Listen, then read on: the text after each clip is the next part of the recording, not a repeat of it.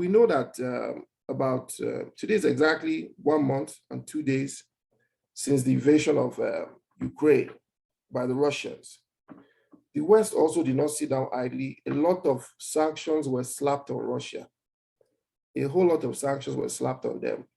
We have, there's a trade ban. I think Russian oil has been banned in the US and a number of states. Then the major project, which is the Nord Stream 2 pipeline between Russia and Germany, has been put on hold. A lot of financial sanctions. So I understand that $620 billion of Russian reserves being held in the West has been frozen. Just to put this in context, Benga, please, how much is Nigeria's foreign reserve? How much is our foreign reserve?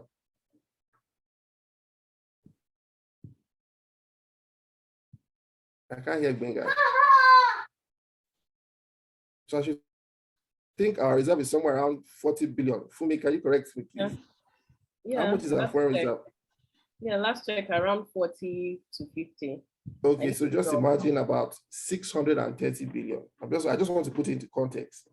Has been frozen. And the effect of that was that the Russian currency, which is the ruble, lost about 22% of value almost overnight. So many major international companies, Coca-Cola, McDonald's, just name them, all the ones from the West have pulled out of Russia almost overnight too. So those are the sanctions. And then all the people around the Russian president, Vladimir Putin, the oligarchs, they call them, all of them have been slapped with sanctions. So all of this is in a bid to get Russia to desist from this military intervention. The Russians on their part did not sit idly either. They also had countermeasures. For example, now Putin is saying that for every country that is not friendly to Russia, you have to pay for their oil and gas in rubles. So you're no longer paying in dollars, you're going to be paying in rubles. They have banned export of over 200 commodities. So Russians will not be exporting about 200 commodities. And then for people that have investments in Russia, people from the West and the US that have investments, they will not be paid any interest on Russian bonds. And all their investments have been practically frozen. So it's a tit for tat game that takes us back to something of the Cold War era. You know, so it's a terrible situation, especially for Ukraine, for Russia, and for the global economy. And there can't be war without humanitarian crisis. Many people will agree. A lot of people have been displaced because of this war. Sorry, Femi. Sorry, let me. Yes. I just want to jump in because of what you said regarding Russia's response to the sanctions, and I just wanted your perspective. Do you think the sanctions from the West was too fast or somewhat miscalculated? Okay.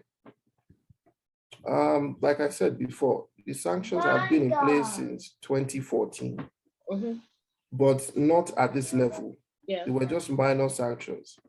And to be honest, I think the West just miscalculated and they didn't expect that in 2022, that Russia will invade another country. So I think the sanctions were not late. I think they were really strong.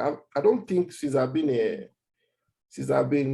how do they say this? Since I've been young and I've been old, I've not seen sanctions at this level against any country before. Maybe Iran. Yeah. So the sanctions have been really strong. Russia has been removed. Their major banks have been removed from SWIFT. Payment systems, MasterCard and Visa are no longer operational in Russia. So they've been, basically what the West has done is to excommunicate Russia from the rest of the world. So you can't do business in Russia. So, I mean, this is bound to have a major impact on the economy. I think the sanctions were very strong. Joe Biden is a pro-Ukrainian person. I don't want to go back to his history, but sanctions were swift, they were strong, and the only problem with sanctions is that they may take a while to be effective. It might take from 12 months to 5 years. We really don't know what's going to happen with sanctions, but these sanctions are targeted at a policy change in Moscow, or probably even a regime change. Once all the oligarchs go broke and all the people in Russia, the people around Vladimir Putin are not happy, they might just call him to the side and say, bros, yeah, I know you are trying to protect us, but I think it's time you go. So those are the desired effects of the sanctions. I don't know if I answered your question correctly.